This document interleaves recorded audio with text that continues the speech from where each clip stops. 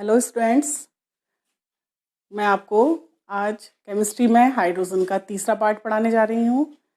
बच्चों, पहले हमने जो 2 लेक्चर पढ़े उसमें हमने पूरा का पूरा हाइड्रोजन के बारे में पढ़ा। दूसरे लेक्चर में हमने मेन हाइड्राइड्स के बारे में पढ़ा। आज हमारा बच्चों तीसरा लेक्चर है। हाइड्रोजन चैप्टर से ही तीसरे लेक्चर में आज हम पढ़ेंगे वाटर टॉपिक, पानी, जिसका फॉर्मूला क्या होता है बच्चों? H2O। जल क्या है, पानी क्या है? वाटर। आपको सबको पता है बच्चों कि हमें जीने के लिए पानी की ज़रूरत होती है। अगर पानी नहीं होगा तो दुनिया में कुछ भी नहीं होगा, ना पेड़ पौधे होंगे, ना एनिमल्स होंगे और ना ही हम जिंदा रहेंगे। ह्यूमन बींग्स में 65% हमारी बॉडी के अंदर पानी है और प्लांट्स में तो 95% तक वाटर होता है।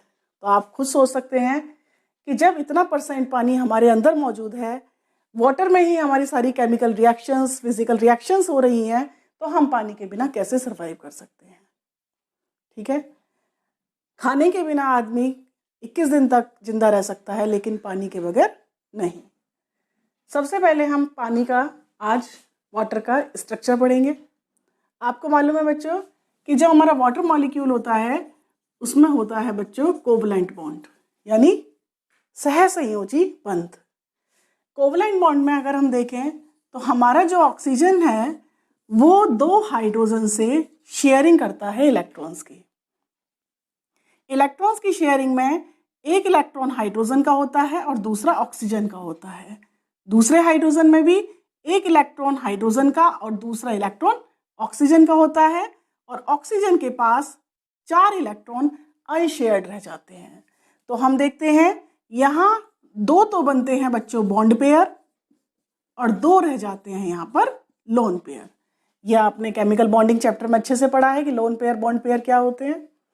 लोन पेयर बॉन्ड पेयर के आधार पर ही इसकी स्ट्रक्चर बैंड हो जाती है, वरना अगर ये लोन पेयर ना होते तो वाटर की स्ट्रक्चर कैसी होती? लीनियर होती। लेकिन इसकी स्ट्रक्चर लीनियर ना होकर बेंट है। इसकी शेप को हम यहाँ पर बेंट भी बोल देते हैं, वी शेप भी बोल देते हैं और एंगुलर भी बोल देते हैं। और इसका बॉन्ड एंगल होता है बच्चों 104 डिग्री 5 मिनट, या फिर हम इसे 105 डिग्री भी बोल सकते हैं। ये एक इम्पॉर्टेंट क्वेश्चन है कंपटीशन का। कंपटीशन में अक्सर पूछा जाता है कि वाटर का बॉन्ड एंगल क्या है, तो आप इसे याद करेंगे। अब हम चलते हैं इसके स्ट्रक्चर पर। तो हम देखते हैं कि water is polar in nature. Polar क्यों है, कैसे बना ये पोलर? अगर बच्चों इसमें लीनियर स्ट्रक्चर होती तो हम देखें कि जो ज़्यादा नेगेटिव होता है वो इलेक्ट्रॉन को अपनी तरफ खींचता है। तो यहाँ पर ऑक्सीजन अपनी तरफ खींचता है क्योंकि हाइड्रोजन और ऑक्सीजन में ऑक्सीजन ज़्यादा नेगेटिव है। जब ऑक्सीजन इलेक्ट्रॉन खींचेगा तो ऑक्सीजन पे आएगा पार्शियल नेगेटिव चार्ज और हाइड्रोजन पर आएगा पॉजिटिव चार्ज।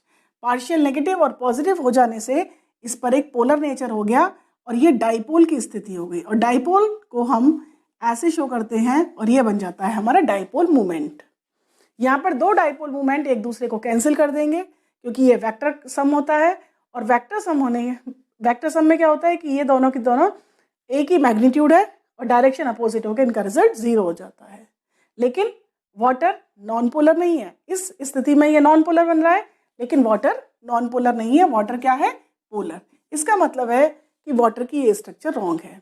वाटर में क्या होता है, बैंड शेप हो जाने की वजह से जो हमारे इलेक्ट्रॉन हैं वो दोनों इधर ये जो हमारा डाइपोल मूवमेंट है इसकी डायरेक्शन ऐसे हो जाती है और ये दोनों के दोनों एक डायरेक्शन में यहाँ जाके जुड़ जाते हैं और इसका नेट डाइपोल मूवमेंट हो जाता है 1.84 डी। डी क्या है? ये है म्यू। म्यू माने होता है बच्चों डाइपोल मूवमेंट और डी है इसकी यूनिट डेबाई। अब हम इसका ऐसे स्ट्रक्चर देखें तो 2 तो हो गए इसके बॉन्ड पेयर और 2 हो गए इसके लोन पेयर, और 2 बॉन्ड पेयर और 2 लोन पेयर से इसकी जो हाइब्रिड स्टेट बनती है वो बनती है बच्चों sp3। ठीक है, वाटर एक ऐसा मॉलिक्यूल है जो 3 स्टेट में रहता है। Number 1 solid state. Have you ever seen water in solid state? Yes, we have seen in the form of ice, glaciers. ये जो आइस होती है, बर्फ जिसे हिंदी में बोलते हैं, ये पानी का सॉलिड रूप है।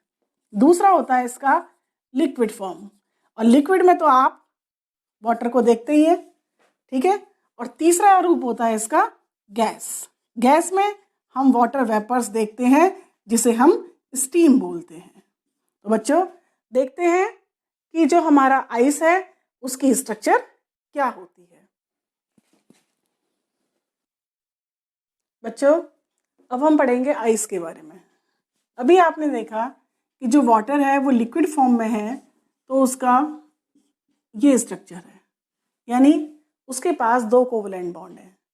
लेकिन जब वो आइस बनता है तो आइस बनने पर उसमें 2 हाइड्रोजन के मॉलिक्यूल तो कोवलेंट बॉन्ड से ऑक्सीजन के, और 2 हाइड्रोजन के एटम जो होते हैं वो जुड़ जाते हैं हाइड्रोजन बॉन्ड से।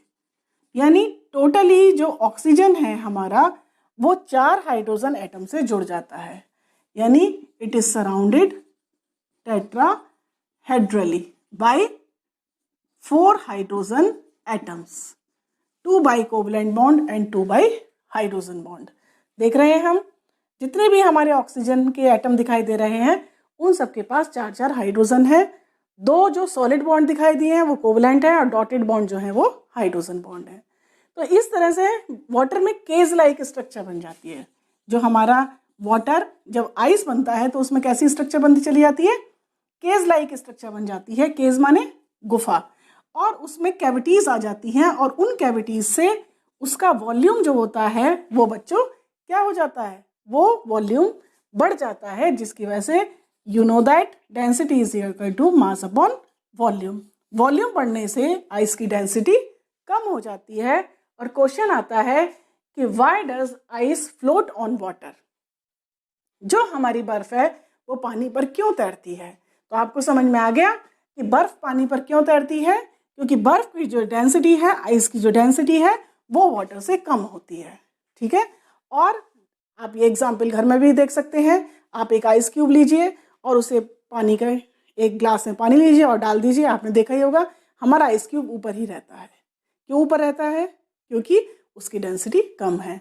क्वेश्चन आएगा डेंसिटी कम क्यों है, क्योंकि उसका वॉल्यूम ज़्यादा है, और वॉल्यूम ज़्यादा होने का कारण है कि वो 4 हाइड्रोजन से जुड़ा होने के कारण केज लाइक स्ट्रक्चर बनाता है। अब क्वेश्चन आता है दिमाग में कि वो 4 हाइड्रोजन से कैसे जुड़ गया। तो बच्चों ये हमारी ऑक्सीजन की यूनिक प्रॉपर्टी है कि वो हाइड्रोजन बॉन्ड बनाता है। पीरियोडिक टेबल में मैं पहले भी बता चुकी हूँ, हमारे 3 एलिमेंट नाइट्रोजन, ऑक्सीजन और फ्लोरीन, केवल यही 3 एटम ऐसे हैं जो हाइड्रोजन बॉन्ड बनाते हैं। जब ये तीनों हाइड्रोजन बॉन्ड बना सकते हैं तो इसमें से ऑक्सीजन हम ले रहे हैं, और ये हाइड्रोजन बॉन्ड बनाने के कारण ही इसकी सारी यूनिक प्रॉपर्टी हो जाती है, जिसमें एक यूनिक प्रॉपर्टी इस आइस की भी है, ठीक है। जैसे जैसे हमारी बर्फ पिघलती है, पिघलने से क्या होता है, ये हाइड्रोजन बॉन्ड टूटने लगते हैं और ये मॉलिक्यूल्स पास आने लगते हैं। पास आने से इनका वॉल्यूम क्या हो जाता है, वॉल्यूम कम हो जाता है। वॉल्यूम कम होने से डेंसिटी क्या हो जाती है, डेंसिटी बढ़ जाती है। यानी कि जब हमारी आइस किस में बदलती है, वाटर में बदलती है, तो उसका डेंसिटी बढ़ने लगती है, ठीक है। अब 0 डिग्री सेल्सियस टेम्परेचर की बात करें तो 0 degree Celsius, what is the 0 degree Celsius temperature of water, it is the freezing point of water. इसे हम बोल सकते हैं फ्रीजिंग पॉइंट ऑफ वाटर, यानी कि पानी कितने पर जमता है, 0 डिग्री सेल्सियस।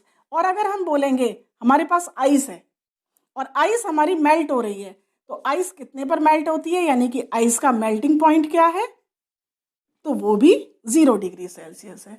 यानी कि 0 डिग्री सेल्सियस पे हमारा सॉलिड और लिक्विड यानी कि आइस और वाटर बोथ कोएग्जिस्ट, यानी दोनों रहते हैं। तो 0 degree temperature, 0 degree Celsius temperature is the temperature at which ice and water both coexist, यानी कि मेल्टिंग और फ्रीजिंग पॉइंट एक ही रहता है।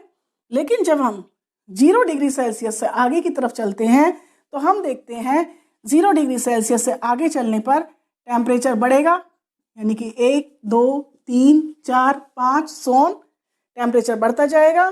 सारी की सारी आइस किस में बदलती चली जाएगी, वाटर में। जब टेम्परेचर बढ़ता है तो हमने बोला भी वॉल्यूम बढ़ता है। तो क्या बच्चों साथ में मॉलिक्यूल्स की काइनेटिक एनर्जी नहीं बढ़ती? बढ़ती है। काइनेटिक एनर्जी जैसे जैसे बढ़ेगी तो मॉलिक्यूल्स, हम कह रहे हैं वॉल्यूम बढ़ेगा, मॉलिक्यूल्स दूर भागेंगे। ठीक है, दूर भागेंगे तो मॉलिक्यूल्स बहुत दूर हो जाएंगे, तो इससे तो फिर हमारी डेंसिटी क्या हो जाएगी? डेंसिटी घटती चली जाएगी। लेकिन नहीं, 4 डिग्री सेल्सियस तक इसका कोई असर नहीं होता है। टेम्परेचर बढ़ने पर 4 डिग्री सेल्सियस तक डेंसिटी मैक्सिमम रहती है। यानी 4 डिग्री सेल्सियस वो टेम्परेचर है जहाँ पर पानी की डेंसिटी मैक्सिमम होती है, और यही वो टेम्परेचर है जहाँ पर आपकी फिश, एक्वेटिक एनिमल्स पानी में सर्वाइव कर पाते हैं। कैसे? आपने देखा होगा सर्दियों में क्या होता है, जो हमारा पानी है, अगर हम लेक्स में देखें या नदियों में या समुद्र में देखें तो सबसे ऊपर की जो लेयर है उस पर आइस जम जाती है। अगर आइस जम चुकी है पानी में तो सोचिए फिश कैसे जिंदा रह पाएंगी? फिश तो मर जाएंगी। ठीक है, एक्वेटिक लाइफ खत्म हो जाएगी। और फिश जो होती हैं वो सांस लेने के लिए भी ऊपर आती हैं, ऊपर भी नहीं आ पा रही हैं। ऑक्सीजन कहाँ से मिलेगी? तो बच्चों ध्यान रखेंगे कि जो हमारा आइस का लेवल है ऊपर है, लेकिन नीचे हमारा वो पानी ही रहता है, और पानी की डेंसिटी 4 डिग्री सेल्सियस पे क्या होती है बच्चों? मैक्सिमम होती है, जिससे मछलियाँ जिंदा रह पाती हैं। ठीक है, अब हम चलते हैं बच्चों नेक्स्ट टॉपिक की तरफ। नेक्स्ट टॉपिक क्या आएगा हमारा? Physical properties of water. अब हम पढ़ेंगे बच्चों physical properties of water. Physical properties में वाटर की आपको पता ही होगा, टेस्टलेस, पानी कैसा है? Number 1 tasteless, colourless and smell-less, यानी कि ओडोरलेस भी कह सकते हैं। पानी में ना तो कोई रंग है, ना कोई स्मेल है, और ना ही कोई टेस्ट है। आपको लगेगा कि पानी तो टेस्टी होता है, पानी तो बड़ा मीठा लगता है, पानी तो बड़ा खारा लगता है। तो बच्चों हम बात करते हैं हमेशा प्योर वाटर की, यानी सिर्फ H2O की। और जो भी हम पानी पी रहे हैं वो बच्चों उसमें बहुत सारे सॉल्ट घुले हुए हैं, जिसकी वजह से वो मीठा या खारा हो जाता है। अब आता है इसमें पानी का मेल्टिंग पॉइंट। अभी बताया था मैंने, पानी का मेल्टिंग पॉइंट बोलिए या फ्रीजिंग पॉइंट बोलिए, it is 0 degree Celsius, and it's boiling point is 100 degree Celsius. Boiling point क्या है? जब पानी उबलना शुरू करता है, यानी वो टेम्परेचर जिस पर पानी स्टीम बन जाए। नेक्स्ट पॉइंट है इसका डेंसिटी। अभी मैंने बताया था कि 4 डिग्री सेल्सियस पे पानी की मैक्सिमम डेंसिटी होती है। अभी थोड़ी देर पहले हम डिस्कस कर रहे थे आइस के बारे में। 0 डिग्री सेल्सियस पे हमारा पानी जो है वो आइस बनना शुरू हो जाता है, और आइस की डेंसिटी कम होती है, यानी कि 0 डिग्री सेल्सियस पर डेंसिटी कम है। 1 2 3 4 पर आते आते वो मैक्सिमम हो जाती है, जिसकी वैल्यू आपको याद करनी है 1 ग्राम पर सेंटीमीटर क्यूब, यानी कि 1 सेंटीमीटर क्यूब में 1 ग्राम पानी आता है। ये डेंसिटी 4 डिग्री सेल्सियस तक रहती है, उसके बाद ये फिर घटनी शुरू हो जाती है। नेक्स्ट पॉइंट है पानी हाइड्रोजन बॉन्ड बनाता है। क्लियर किया था अभी, पानी में हाइड्रोजन बॉन्ड बनता है, और हाइड्रोजन बॉन्ड बनने के कारण पानी की बहुत सारी प्रॉपर्टीज चेंज हो जाती हैं। आपको पता है ऑक्सीजन जो है वो ग्रुप 16 का एलिमेंट है, और ऑक्सीजन के साथ सल्फर, सेलेनियम, टेलुरियम और पोलोनियम भी आते हैं। लेकिन सिर्फ अकेला ऑक्सीजन ही हाइड्रोजन बॉन्ड बना पाता है, और हाइड्रोजन बॉन्ड बनाकर ये H2O जो बनता है, H2O में हाइड्रोजन बॉन्ड हो गया, और हाइड्रोजन बॉन्ड होने की वजह से ही अगर हम ऊपर से नीचे चलते हैं तो प्रॉपर्टीज़ इंक्रीज होती हैं, जैसे डेंसिटी इंक्रीज होती है, melting point, boiling point increase होते हैं, हीट ऑफ फ्यूजन इंक्रीज होती है। लेकिन यहाँ पर क्या हो रहा है? उल्टा हो रहा है। H2S गैस है और H2O लिक्विड है। बहुत इंपॉर्टेंट क्वेश्चन है। ठीक है, क्यों? क्योंकि H2O क्या होता है? H2O में हाइड्रोजन बॉन्ड होने की वजह से वो लिक्विड बन जाता है, और H2O में no hydrogen bonding, weak van der Waals force, इसलिए ये गैस है। तो इसी हाइड्रोजन बॉन्डिंग की वजह से इसका हाई मेल्टिंग पॉइंट है, हाई बॉइलिंग पॉइंट है, हाई हीट ऑफ फ्यूजन है, हाई हीट ऑफ वेपराइजेशन है। यानी हीट ऑफ फ्यूजन माने कि जैसे हम उसे तोड़ रहे हैं तो हमें ज़्यादा हीट चाहिए, उसे वेपराइज कर रहे हैं तो भी हमें हीट ज़्यादा चाहिए। फिर हमने देखा कि हमारा जो वाटर है वो पोलर है नेचर में, और पोलर होने से बच्चों क्या है कि उसमें दुनिया भर के जो इनऑर्गेनिक और ऑर्गेनिक सब्सटेंस घुल जा रहे हैं। Water is a universal solvent, you know that. पानी में नमक भी घुल जाता है और पानी में ग्लूकोज भी घुल जाता है, जबकि ये नमक क्या है? आयनिक कंपाउंड है, और ग्लूकोज क्या है? कोवलेंट कंपाउंड है। दोनों के दोनों पानी में कैसे घुल गए? तो क्यों? ये तो बनाता है हमारा कैसे, ये पोलर है पानी, और ये जो है NaCl, इसमें electrostatic force of attraction, ionic bond है, दोनों मिल जाते हैं। और इधर हमारा जो ग्लूकोज है वो पानी के साथ हाइड्रोजन बॉन्ड बना लेता है, यानी कि जो भी कोवलेंट कंपाउंड पानी के साथ हाइड्रोजन बॉन्ड बना ले वो पानी में घुल जाएगा। कौन कौन बनाते हैं हाइड्रोजन बॉन्ड, जैसे कि यूरिया है, ग्लूकोज है, सुक्रोज है, एल्कोहल है, ईथर है, एसीटोन है, बहुत सारे हमारे ऑर्गेनिक कंपाउंड, और ये सब पानी से हाइड्रोजन बॉन्ड बना लेते हैं। इसके बाद आता है, इसमें हाइड्रोजन बॉन्ड होने की वजह से इसकी हाई स्पेसिफिक हीट है, हाई थर्मल कंडक्टिविटी है, हाई सरफेस टेंशन है, एंड हाई डाइपोल मोमेंट है। तो बच्चों ये सारी की सारी हैं आपकी फिजिकल प्रॉपर्टीज। अब हम नेक्स्ट टॉपिक की तरफ चलते हैं, और नेक्स्ट टॉपिक है हमारा केमिकल प्रॉपर्टीज ऑफ वाटर। तो बच्चों आप पढ़ते हैं हम chemical properties of water. Chemical properties में सबसे पहले हम प्रॉपर्टी पढ़ेंगे ऑटोप्रोटोलाइसिस। ऑटोप्रोटोलाइसिस माने क्या है, सेल्फ आयनाइजेशन।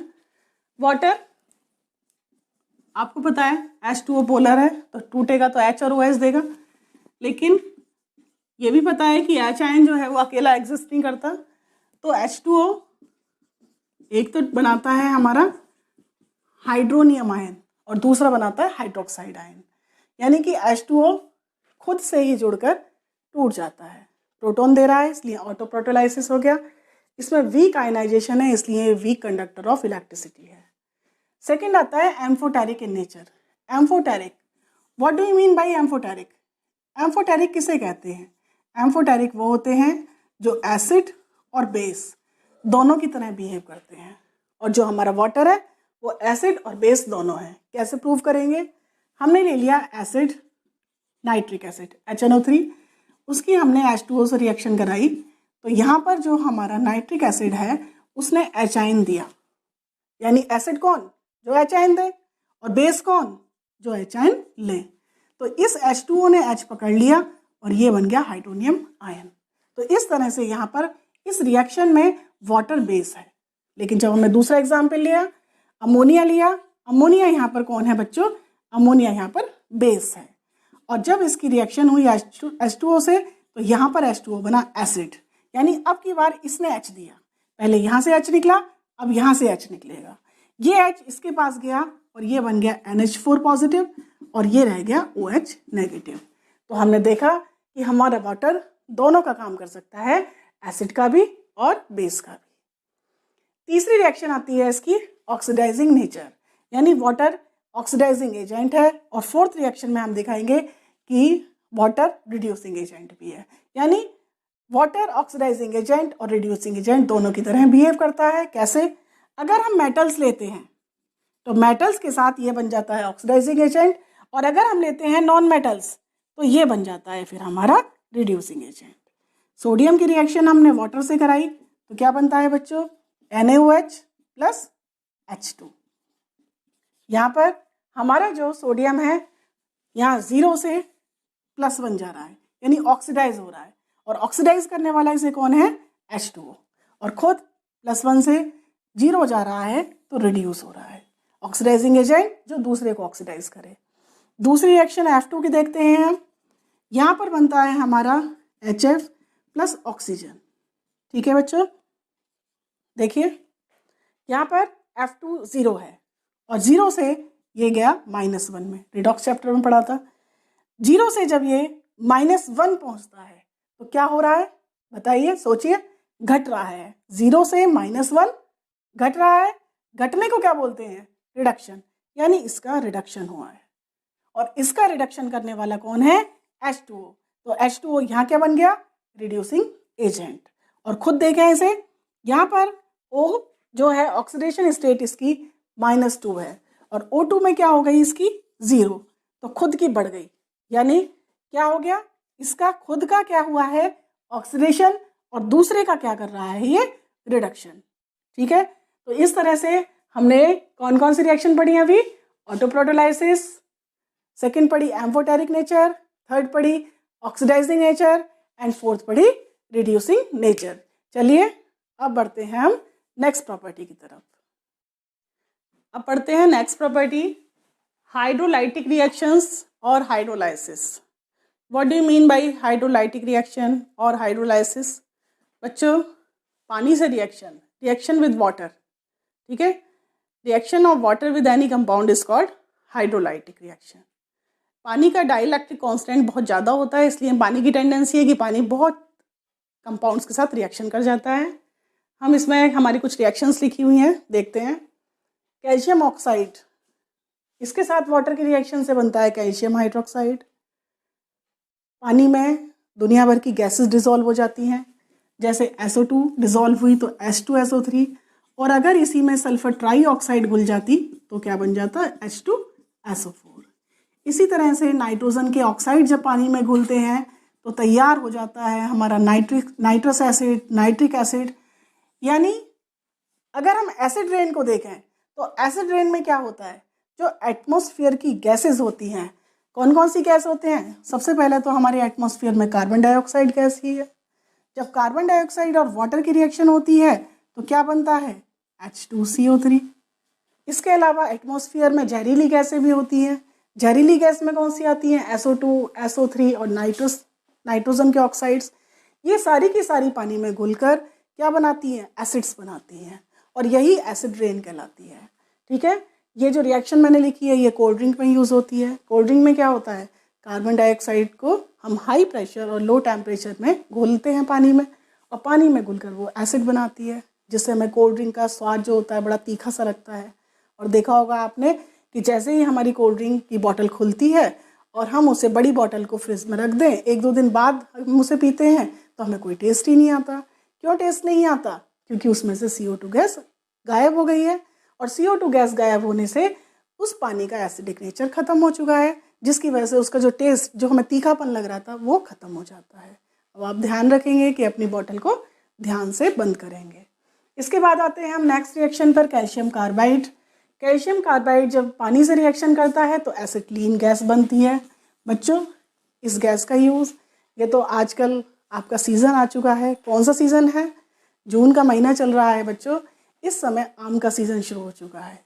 आम पेड़ पर बहुत लगता है, लेकिन जब उसे पेड़ से कच्चा ही तोड़ लिया जाता है तो उसे पकाया जाता है।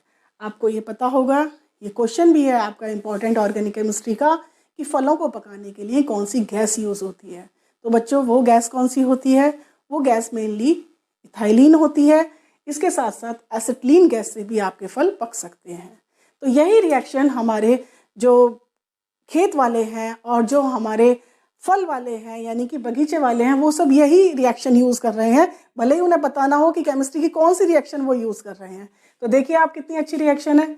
आप बोलते हैं जनरली देसी भाषा में, यहाँ की भाषा में बोलते हैं, सहारनपुर की भाषा में बोलते हैं कि भाई कार्बेट लगा दियो, कारपेट लगा दियो, ऐसे बोलते हैं। लेकिन बच्चों, वो क्या होता है, वो कैल्शियम कार्बाइड होता है। ये कंपाउंड होता है। इसको हम क्या करते हैं, इसको अखबार में यानी कि पेपर में लपेट कर रख देते हैं। किसके अंदर, जैसे हमारी फल की जो बास्केट है उसमें बीच में लगा देते हैं। फ्रूट्स में आपको पता ही है, अभी मैंने बताया कि प्लांट्स में 95% तक वाटर होता है, तो पानी वहाँ से मिल जाता है। तो कैल्शियम कार्बाइड और पानी की रिएक्शन से धीरे धीरे एसिटिलीन गैस बनती है, और वही एसिटिलीन गैस धीरे धीरे उन फलों को पका देती है। तो आपके आम हो गए, केले हो गए, और आपका पपाया हो गया, ये सब इसी मेथड से पकाए जाते हैं। और एंड में जो चूरा बचता है वो बच्चों कैल्शियम हाइड्रोक्साइड का होता है, जो नीचे रह जाता है, बेकार रह जाता है। इसके अलावा बिल्कुल सेम इसी तरह की एक गैस है जो हम मीथेन बनाते हैं, ठीक है। मीथेन किस तरह से बनती है, इसमें हम एल्यूमिनियम कार्बाइड लेते हैं। सेम रिएक्शन है, कार्बाइड यहाँ भी है, कार्बाइड यहाँ भी है। एल्यूमिनियम कार्बाइड की रिएक्शन वाटर से होने पर वो कौन सी गैस प्रोड्यूस करता है, वो प्रोड्यूस करता है मीथेन गैस, और साथ में बनता है एल्यूमिनियम हाइड्रोक्साइड। यहाँ पर जो हमारा मेन मकसद है वो गैसेस प्रोड्यूस कराना है, ठीक है। ये तो साइड प्रोडक्ट है। नेक्स्ट रिएक्शन में हमने लिया है मैग्नीशियम नाइट्राइड। मैग्नीशियम नाइट्राइड के साथ जब वाटर की रिएक्शन हुई है तो कौन सी गैस बन रही है, यहाँ पर बन रही है बच्चों अमोनिया गैस। तो बच्चों, तुमने देखा कि किस तरह से वाटर की रिएक्शन से यूजफुल प्रोडक्ट्स बनाए जा सकते हैं। तो बच्चों, अगर मैं पानी का यूज़ पूछूं तो पानी के इतने यूज़ हैं कि यहाँ खड़े खड़े रात हो जाए लेकिन पानी के यूज़ बंद नहीं हो। तो ये साथ में आप यूजेस याद भी करते रहेंगे कि ये यूजेस हैं वाटर के, कि वाटर से हम किसी भी कंपाउंड की रिएक्शन करा के कितने अदर केमिकल्स तैयार कर सकते हैं। अब बढ़ते हैं हम नेक्स्ट रिएक्शन की तरफ, रिएक्शन नंबर 6। अब हम पढ़ेंगे next reaction, hydration reaction. Hydration reaction means क्या होता है बच्चों? इसका मतलब होता है पानी का जुड़ना, एडिशन ऑफ वाटर। यहाँ पर कोई रिएक्शन नहीं हुई है पानी की, सिर्फ पानी ऐड हुआ है। और ऐसे सॉल्ट जिसमें पानी ऐड हो जाता है उन्हें बोलते हैं हम हाइड्रेटेड सॉल्ट। सिंपल भाषा में इसे बोलते हैं हम वाटर ऑफ क्रिस्टलाइजेशन। आपने सुना भी होगा वाटर ऑफ क्रिस्टलाइजेशन क्या होता है बच्चों? जब हम किसी भी आयनिक कंपाउंड को या किसी भी कंपाउंड को हम तैयार कर रहे होते हैं, उसके एक्वस सॉल्यूशन में डाल रखा होता है। फॉर एग्जाम्पल आप पोटाश एलम ले सकते हैं। What is the formula of potash alum? K2SO4 Al2SO4 का होल थ्राइस 24H2O। इसी तरह से मोहर सॉल्ट 11th क्लास का प्रैक्टिकल भी है, ये 12th में भी करा देते हैं कि उसमें हम पोटाश एलम लैब में तैयार करते हैं। डबल सॉल्ट है, हम इसमें 2 सॉल्ट लेते हैं, K2SO4 यानी कि पोटेशियम सल्फेट और एल्यूमिनियम सल्फेट। दोनों सॉल्ट को हम इक्विमोलर क्वांटिटीज़ लेते हैं और दोनों सॉल्ट को हम क्या करते हैं, हम अलग अलग बीकर में घोलते हैं। जब दोनों को हम अलग अलग बीकर में घोल लेते हैं उसके बाद दोनों को एक ही बर्तन में करके हम इसको गर्म करने रख देते हैं। कब तक गर्म करते हैं? जब इसका क्रिस्टलाइजेशन ना हो जाए। उसके लिए आपको पता है सिंपल मेथड, एक रॉड लेते हैं, उसे डिप करते हैं और उस पर ऐसे हल्के से फूंक मारते हैं। अगर हमारी रॉड पर, जो ग्लास रॉड है, उस पर हमें कुछ वाइट क्रिस्टल से दिखाई दे जाए या हाथ में दानेदार से कुछ दिखाई दे जाए तो क्रिस्टलाइजेशन पॉइंट हो चुका है। हम उस समय क्या करते हैं, वो पानी सही होता है लेकिन हम उसे ओवरनाइट छोड़ देते हैं और जब अगले दिन आते हैं तो हमें उसमें क्रिस्टल्स दिखाई देते हैं। जो हमारा पोटाश एलम है उसके बहुत सुंदर ट्रांसपेरेंट वाइट क्रिस्टल्स दिखाई देते हैं और हम देखते हैं कि उसमें हमारा 24H2O समा चुका है। तो ये जो 24H2O पानी जो है, क्रिस्टल्स को हम निकालते हैं, छानते हैं और जो क्रिस्टल्स होते हैं वो बिल्कुल सॉलिड होते हैं। तो देखने में तो ये कैसे हैं, सॉलिड हैं, लेकिन इनके अंदर एक जो हमारा पोटाश एलम का मॉलिक्यूल है उस एक मॉलिक्यूल में 24 मॉलिक्यूल वाटर के आ चुके होते हैं। ठीक है बच्चों? तो ये जो 24 वाटर मॉलिक्यूल है ये हमें कैसे पता लगेंगे? इसे ही हम वाटर ऑफ क्रिस्टलाइजेशन बोलते हैं। इसे पता करने के लिए हम एक टेस्ट ट्यूब ले सकते हैं। उस टेस्ट ट्यूब में हम कूट लेते हैं, पीस लेते हैं और इसका पाउडर पोटाश एलम का भर के अगर हम टेस्ट ट्यूब को गर्म करते हैं तो हम देखते हैं कि उसके टेस्ट ट्यूब के किनारे पर वाटर ड्रॉपलेट्स आ जाती हैं। तो वाटर ड्रॉपलेट्स कहाँ से आई? जबकि आपका पोटाश एलम तो बिल्कुल सूखा था। तो ये वाटर ड्रॉपलेट्स ये वाटर ऑफ क्रिस्टलाइजेशन की थी। तो ये जो वाटर है ये हमारा 3 तरीके से हो सकता है बच्चों। किसी भी क्रिस्टल के अंदर, किसी भी कंपाउंड के अंदर वाटर किस तरह से रहता है? 3 तरह से रहता है। पहला, थ्रू कोऑर्डिनेट बॉन्ड, यानी कि पानी कोऑर्डिनेट बॉन्ड बना के रहता है। एग्जाम्पल लिया है हमने, इसमें हमने निकल नाइट्रेट लिया है, 6H2O उसमें डाला, यानी कि जब निकल नाइट्रेट को पानी में डाला तो उसने 6 वाटर मॉलिक्यूल्स ले लिए। 6 वाटर मॉलिक्यूल्स किस तरह से हैं? तो उसमें जो 6 के 6 वाटर मॉलिक्यूल्स हैं वो बच्चों कोऑर्डिनेट बॉन्ड से हैं। पढ़ा है आपने कोऑर्डिनेट बॉन्ड? 12th क्लास में आपका चैप्टर है। ये सारे के सारे आपके कोऑर्डिनेट बॉन्ड से जुड़े हुए हैं। ठीक है? दूसरा होता है बाय हाइड्रोजन बॉन्ड, यानी कि दूसरा तरीका ये है कि हो सकता है हमारा वाटर मॉलिक्यूल हाइड्रोजन बॉन्ड बना के जुड़ जाए। फॉर एग्जाम्पल कॉपर सल्फेट, इसे हम ब्लू विट्रियोल भी कहते हैं। ये आपके बड़े इंपॉर्टेंट क्वेश्चंस होते हैं बच्चों कि इन्हें कॉमन नेम से पूछ लिया जाता है कि व्हाट इज ब्लू विट्रियोल।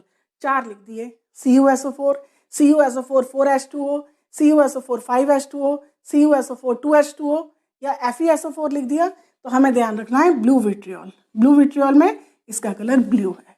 ठीक है? यहाँ पर जो पानी है उसमें से 4 मॉलिक्यूल्स तो हमारे कोवलेंट बॉन्ड बनाकर रहते हैं और एक जो हमारा वाटर मॉलिक्यूल है वो सल्फेट के साथ हाइड्रोजन बॉन्ड बना के रहता है। इसका प्रैक्टिकल भी हम कर सकते हैं। कैसे करेंगे? सेम बिल्कुल पोटाश एलम की तरह। इसमें हम टेस्ट ट्यूब में थोड़े से क्रिस्टल कॉपर सल्फेट के डालेंगे, टेस्ट ट्यूब को गर्म करेंगे। गर्म करने पर यहाँ हमारी छोटी छोटी बूंदें जमा हो जाएंगी पानी की और हम देखेंगे कि ये ब्लू कलर से कलरलेस हो जाएगा।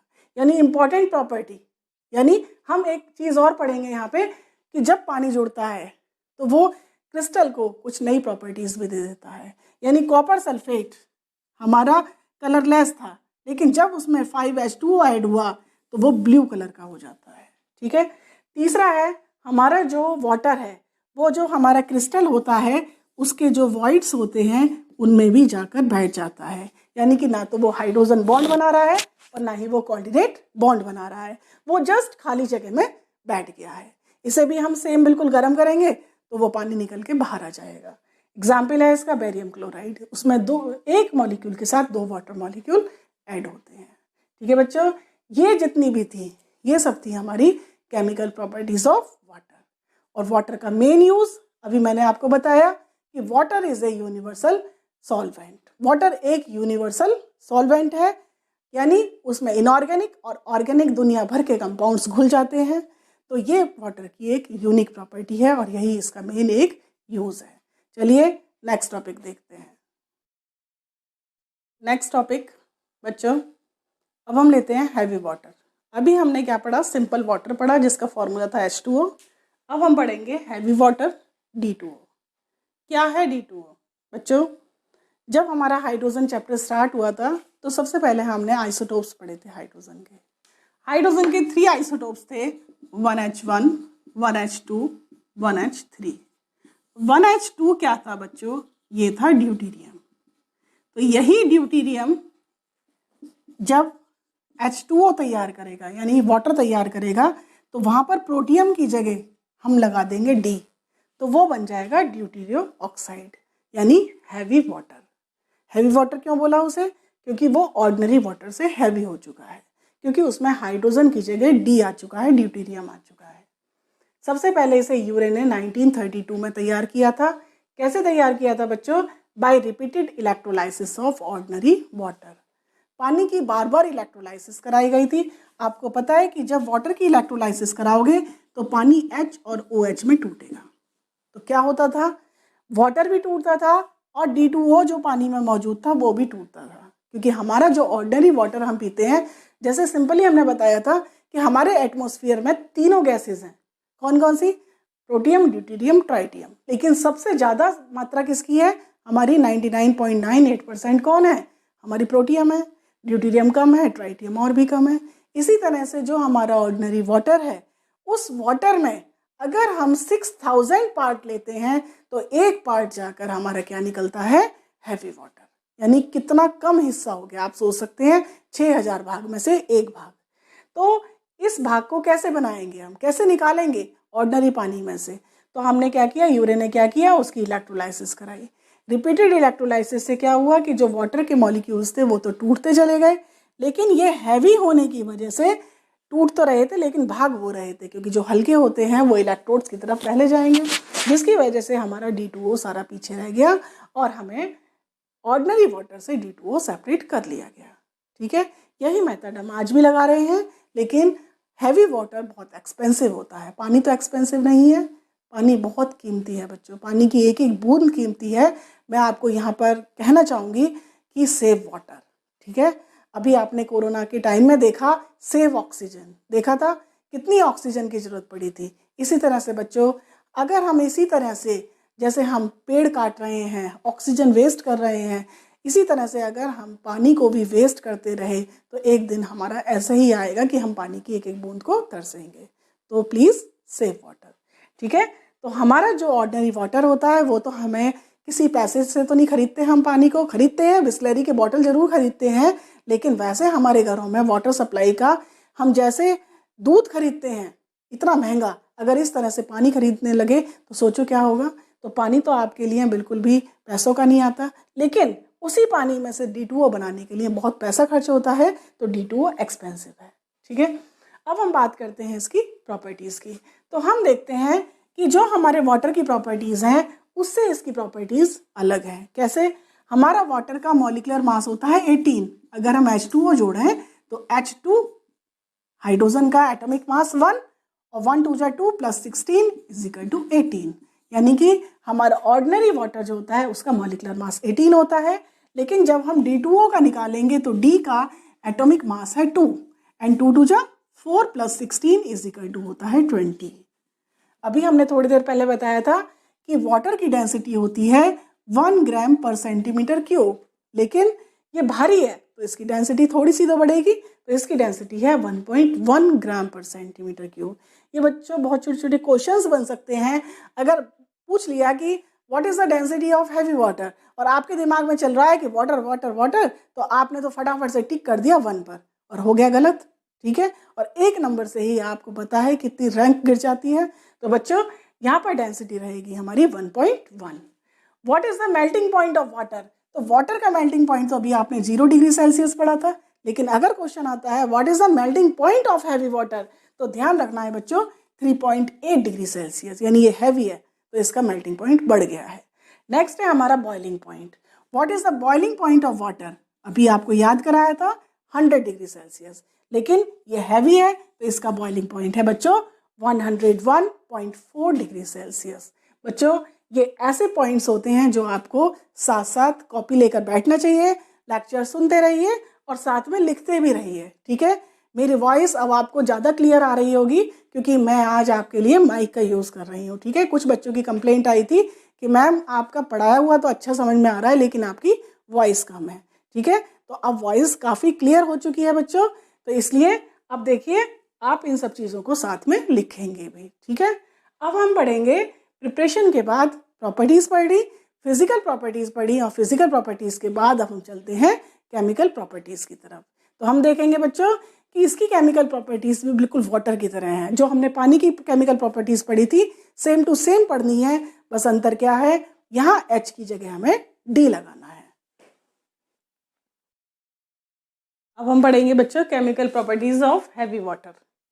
हैवी वाटर में सबसे पहले हम प्रॉपर्टी जैसे हमने सिंपल वाटर की ली थी ना बच्चों, सेम टू सेम लेनी है हमें। पहली रिएक्शन होगी इसकी इलेक्ट्रोलाइसिस। जब हम D2O को तोड़ेंगे तो किस में टूटेगा वो, D2 प्लस O2 में। जैसे हम H2O को तोड़ते हैं तो H2O किस क्या कौन सी गैस देता है, H2 प्लस O2। तो बिल्कुल अगर हमने वाटर की रिएक्शन याद कर ली है तो हमें हैवी वाटर की रिएक्शन खुद ब खुद याद होती चली जाएंगी। बस क्या होगा, हैवी वाटर है, हैवी है तो उसकी रिएक्शंस थोड़ा स्पीड कम होगी। नेक्स्ट रिएक्शन है विद मेटल्स। अभी हमने सोडियम के साथ पानी की रिएक्शन कराई थी, अब हम सोडियम की रिएक्शन कराएंगे हैवी वाटर से। वहाँ NaOH बना था तो यहाँ क्या बनेगा, NaOD प्लस H2 की जगह बनेगा D2। क्या अंतर होगा, जब सोडियम को हम पानी में डालते हैं तो आग पकड़ लेता है क्योंकि हाइड्रोजन गैस जो बनती है वो एकदम आग पकड़ लेती है, इनफ्लेमेबल एयर होती है। लेकिन यहाँ पर जो हमारा D2 है वो आग नहीं पकड़ेगा क्योंकि D2 रिएक्टिव नहीं है। तीसरी रिएक्शन आती है हमारी हाइड्रोलाइसिस। हाइड्रोलाइसिस जैसे हमने देखा कि SO2 गैस को हमने H2O में घोला था, अब हम बोल रहे हैं D2O में, तो क्या बन रहा है बच्चों, D2SO3। Sulphuric acid, sulphurous acid बना था वहाँ पे, यहाँ पे बनेगा हमारा सल्फ्यूरस एसिड ही बोलेंगे लेकिन हम ड्यूटीरियम लगा देते हैं, ठीक है, ड्यूट्रो सल्फ्यूरस एसिड। इसी तरह से इसकी रिएक्शन हम जितने भी हमने वहाँ Al4C3 लिया था, हमने वहाँ कैल्शियम कार्बाइड लिया था, एल्यूमिनियम कार्बाइड लिया था, इसी तरह से हम रिएक्शन कराते चले जाएंगे। बस क्या करना है, हमें H2O की जगह D2O रखना है। तो वहाँ पर बनी थी हमारी Al4C3 एल्यूमिनियम कार्बाइड के साथ बनी थी हमारी CH4 गैस, तो यहाँ CH4 की जगह क्या गैस बनेगी बच्चों, CD4, ठीक है, ड्यूट्रोमीथेन।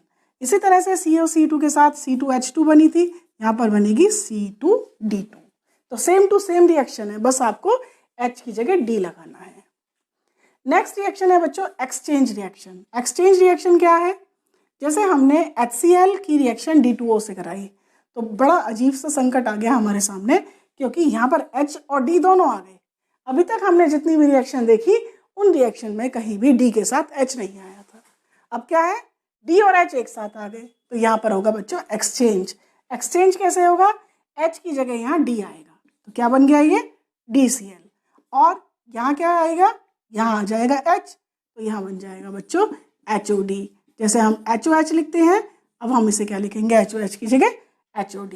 इसी तरह से NaOH की रिएक्शन अगर D2O से हो रही है तो क्या हो रहा है, एक्सचेंज क्या होगा, NaOD बन जाएगा। क्या बन जाएगा यहाँ पर, NaOD और H और यहाँ से सिंपल वही HOD, ठीक है। अगली रिएक्शन है हमारी हाइड्रेशन रिएक्शन। हाइड्रेशन मीन्स क्या बताया था अभी, एडिशन ऑफ वाटर। तो यहाँ पे भी एडिशन होगा वाटर का। यहाँ पर कैसा होगा, जैसे वहाँ CuSO4 5H2O थे, तो यहाँ हो जाएगा 5D2O। मैग्नीशियम सल्फेट के साथ हमारा 7D2O। तो ये हमारा क्या हो गया, ये हमारी केमिकल प्रॉपर्टीज हो गई हैवी वाटर की, जिसमें हम देख रहे हैं सारी प्रॉपर्टीज बिल्कुल ऑर्डिनरी वाटर की तरह है। बस चेंज क्या करना है, आपको साइन बदलना है, H की जगह सिंबल D लगाना है। ओके, और बस रिएक्शन की स्पीड थोड़ी हो जाएगी कम। अब पढ़ते हैं हम यूजेस। देखिए बच्चों, अब हम देख रहे हैं यूजेस ऑफ D2O, यानी हैवी वाटर के यूज। मेन इसका यूज है as a moderator, moderator in nuclear reactor. Nuclear reactor में हम क्या करते हैं बच्चों, वहाँ पर हमारी एनर्जी प्रोड्यूस की जाती है। आपने देखा होगा कि यूरेनियम जो होता है उसके फिशन से हमें एनर्जी मिलती है, और वहाँ पर यूरेनियम पर न्यूट्रॉन की बम्बार्डिंग की जाती है और बदले में न्यूट्रॉन्स ही निकलते हैं। तो उन न्यूट्रॉन्स की स्पीड को स्लो करने के लिए, to slow down the speed of neutrons, we use heavy water. ठीक है, तो ये मॉडरेटर का काम करता है। मॉडरेटर मीन्स स्पीड को मॉडरेट करता है, कम करता है। ठीक है, सेकेंड पॉइंट है इसका इन रिएक्शन मैकेनिज्म। जो हमारी रिएक्शंस होती हैं वो बच्चों दिखने में हमें लगती हैं कि सिंपल एक स्टेप में हुई हैं, लेकिन वो रिएक्शंस सेवरल स्टेप्स लेती हैं। तो उन रिएक्शन का मैकेनिज्म क्या है, वो रिएक्शन क्या कैसे हुई है, तो उसमें हम ट्रेसर का काम करते हैं, और ट्रेसर का काम यहाँ पर करता है हमारा हैवी वाटर। ठीक है, तो ये थे हमारे यूज। देखिए बच्चों, अभी नीट में 1-2 साल पहले एक क्वेश्चन आया है, और वो यही क्वेश्चन है आपका। तो आप ये मत सोचिए कि ये हल्का फुल्का टॉपिक है, ये एक बहुत अच्छा टॉपिक है। इसमें क्या क्वेश्चन आया हुआ है कि जो ऑर्डिनरी वाटर अगर हम यूज करते हैं, when we use ordinary water as a moderator in nuclear reactor what happens, क्या होता है।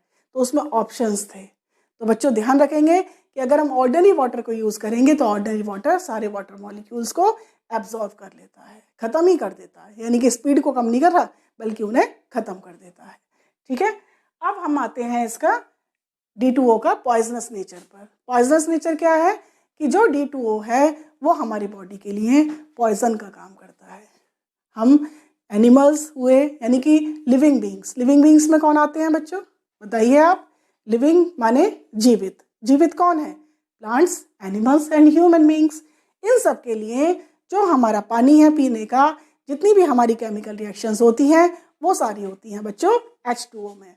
इसमें अगर हमारा D2O जो कि 1 पार्ट है बताया अभी, वो तो हमारे ऑर्डिनरी वाटर के साथ साथ जा रहा है, लेकिन अगर किसी व्यक्ति को सिंपल हैवी वाटर ही पीने को दे दिया जाए, यानी उसे जिंदा ही हैवी वाटर पे रखा जाए, तो वो सर्वाइव नहीं कर पाएगा। क्यों नहीं सर्वाइव कर पाएगा, क्योंकि जो बॉडी में रिएक्शन है उन सभी रिएक्शन में फिर डी आयंस घुस जाएंगे, और वो डी आयंस जो होते हैं वो एंजाइम कैटालाइज्ड रिएक्शन को खराब कर देंगे। जितनी भी रिएक्शंस हैं उनकी जो चलने की स्पीड है उन सबको कुछ ना कुछ उनमें गड़बड़ करेंगे, जिसकी वजह से हमारी सारी रिएक्शंस रुक जाएंगी। ठीक है बच्चों, तो आज जो मैंने आपको टॉपिक पढ़ाया वो कौन सा टॉपिक था बच्चों, ऑर्डिनरी वाटर। ऑर्डिनरी वाटर का एक और क्वेश्चन आपको बताती हूँ जो प्रीवियस ईयर में आया है अभी। वो क्वेश्चन है बच्चों, वो क्वेश्चन जो अभी मैंने आपको थोड़ी देर पहले कराया था कि जो हमारा वाटर है उसमें ऑक्सीजन मैक्सिमम कितने हाइड्रोजन बॉन्ड बना सकता है। तो बच्चों ध्यान रखेंगे, हमने इसमें कितने हाइड्रोजन बॉन्ड पढ़े थे, 2। तो इसका आंसर क्या होगा, ओनली 2। अगर वो बोले कि ऑक्सीजन मैक्सिमम कितने से जुड़ सकता है, कितने हाइड्रोजन से, तो आंसर होगा 4। लेकिन अगर क्वेश्चन क्या है कि वो कितने हाइड्रोजन एटम के साथ हाइड्रोजन बॉन्ड बना सकता है, तो आंसर आता है 2। इसी तरह के बच्चों और छोटे छोटे क्वेश्चंस, जैसे वाटर में बॉन्ड एंगल क्या है, वाटर की हाइब्रिड स्टेट क्या है, वाटर की केमिकल रिएक्शंस पूछ सकते हैं। तो बच्चों आप ये टॉपिक्स को बहुत ध्यान से करेंगे, और आज का जो हमारा टॉपिक है वो है वाटर एंड हैवी वाटर। मुझे उम्मीद है आपको अच्छे से समझ आया होगा। देखिए बच्चों, अब हमारा जो अगला टॉपिक है हाइड्रोजन का, वो हमारा टॉपिक रहेगा हाइड्रोजन परऑक्साइड। ओके बच्चों, थैंक यू।